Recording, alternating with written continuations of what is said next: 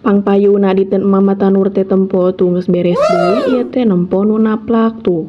Geuning ngarek dibantuan teh horeamkeun we cenah sorangan. Tuh meuni endah kitu ieu teh rupa-rupa aya anu keur ngurek oge teh ngalabelut tah hayam oge geuning keur ngasuh anakna aya. Rada cedem kieu teh sok hujan ieu teh diteun batur. Tah kitu we pokona mah nya di dieu mah geus beres tanur we tah ieu teh urang lanjutkeun rek naon cing rek ngala ieu cenah ngala kresen. Apal teu kresen buah kresen anu rada amis tapi cik abi mah kulitna ieu teh rada teteh cenah ngonten wae jiga nu stres ngomong sorangan hei Purgoso. Bari rek ngajawab pertanyaan netizen. Soalnya lobanya nu bertanya kayak gitu tapi biarin we nya tah ayeuna mah erek dijawab. Ieu ngomong sorangan teh voice over mah nya heueuh sorangan piraku kudu reunian mah jeung batur meureun teu panggung ngomongna piraku ayeuna voice over aya nu ngajawab asa kuala weuleu ieu. Piraku ieu jelema stres bisa ngorek HP jeung loba pikiran bisa dahar ieu jelema stres mah tuh guda gidig di jalan bali buligir. Di mana aya jelema stres digaji puluhan juta sabulana batur aya urang mah da can FYP videona. Ieu dengekeun nya ngonten kieu batur anu perekonomianna nu tadina turunnya gina ngonten teh naon kabeuli imah kabeuli mobil keur antep lain jelema stres piraku jelema stres loba duit kan lieur. Selagi teu nyieun dosa ngomongkeun batur sok we erek ngonten mah ngonten heueuh lamun sirik sok turutan gampang kitu nya.